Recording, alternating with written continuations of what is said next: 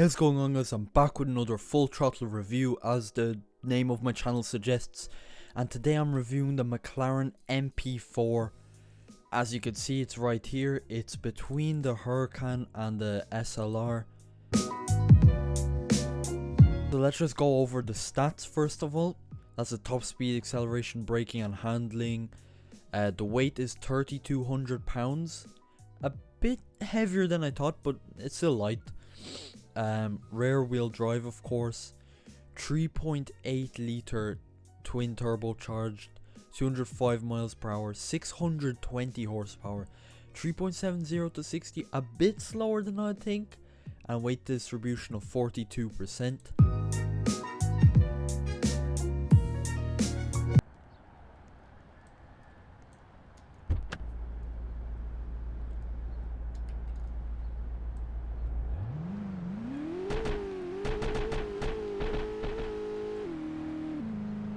Okay, so now for the top speed and acceleration stock. Let's go. So it's quite slow off the line. It shifts quite quickly though. It's definitely not the fastest fastest car in the world, and it's definitely not the grippiest, as you can see there. So I'm probably reaching around 206 miles per hour here. You probably want to get this in all-wheel drive or upgrade the tires, because I mean, look at the traction on this car. It's really not that fast, but it has one of the cleanest driving experiences from literally any car. Bruh.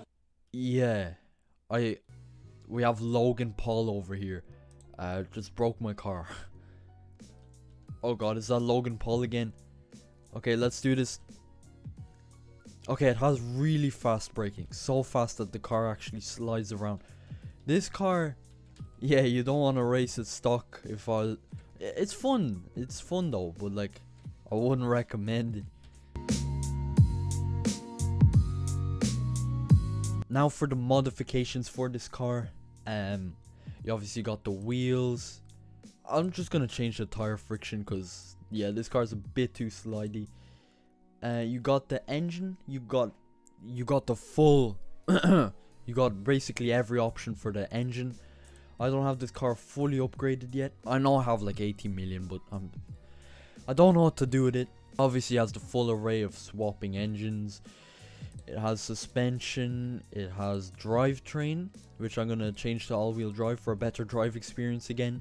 You got the weight reduction. I think that's like the maximum you can get. This car is not too expensive, so it has lots of modifications. Like, it's not too OP. You got the full array of handling as well, and you got the transmission. Let me just equip that. So overall, in the modification section, this car basically has it all. It isn't really limited in any modification at all, which is always good.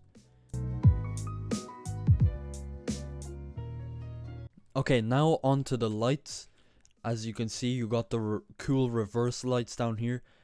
They remind me of like mini baby P1 lights. They're a bit like the P1's lights. Obviously not at all, but you know what I'm trying to say. You got the brake lights back here. I think it's just that bottom beam that lights up, yeah. I think it just gets brighter when you brake and stuff. You got the low beams in the front, as you can see. Like, you got the McLaren logo illuminated here. And then of course you know what the higher beam is. There's just that circle there, and these little mini McLaren logos light up as well. You got the hazards on the front. These interesting kind of arrow designs. Really interesting. And you obviously got them on the side. I don't think you have them on the mirror. As you can see, the top light here is for the hazards or the turn signals, and the bottom light is for the brake light. Now onto details. As you can see, in the exhaust, you sort of have an exhaust inside of an exhaust, sort of. Obviously that's the real exhaust, and that's sort of the decoration around it. You have this cool kind of grill running across here. Looks really interesting. You have this interesting like rear diffuser looking thing. If you were to remove this, like, this car would look weird. It has the wing. It probably acts as an air brake. I wouldn't say it goes up normally. It looks kind of fixed in place. I'm not sure. You have these little vents or whatever in the back, and more vents. And you got the huge side vents here. 2 of them, it seems. McLaren always does something complicated with them, but that's why I love it.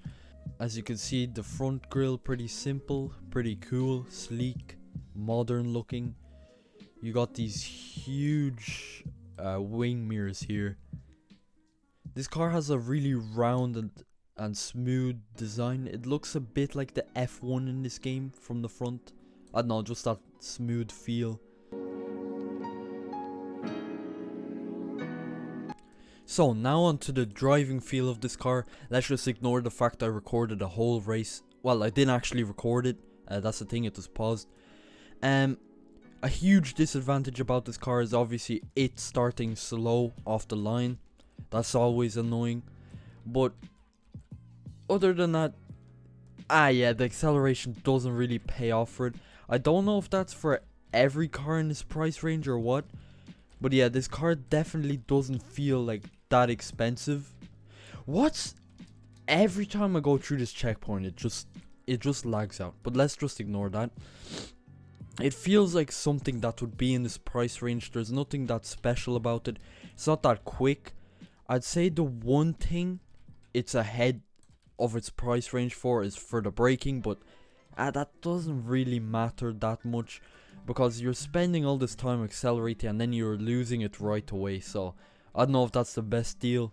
This car doesn't have the best acceleration to braking ratio. The steering's really smooth, but it's slow when you're at a low speed, unless of course you have rear wheel drive and you spin around a lot. Are you kidding? Yeah, let's just ignore the background footage. I have to say, this car is one of the smoothest feeling cars in just Roblox history. Like, nothing can top how smooth this feels when you have all-wheel drive and all. There's something about it. It feels like you're driving some family sedan, but I mean, you're in a McLaren. This car definitely doesn't feel raw. It feels way too composed when you tune it and stuff like that. I feel like it doesn't really throw its body weight into the corners. It's sort of, it feels like it has all its weight on the tires. It more or less slides through corners, and it doesn't like power through them like a Bugatti or something. I don't know if there's a track still in the game, but I wouldn't say this would do great. Maybe 220 or something. Yeah, as you can see, if you slow down to the 60-mile-an-hour range and try to accelerate out of there, good luck, because it's not that quick compared to a lot of cars. Everything about this car feels really composed. I guess it's like a cheap Bugatti, but not really. Definitely doesn't have that punch and the power and all. On a little side note, this race has been the most annoying thing that has happened to me today. Are you seeing this footage? Are you seeing this footage? It's so irritating. Okay, chillax. I think oh my god, are you lit?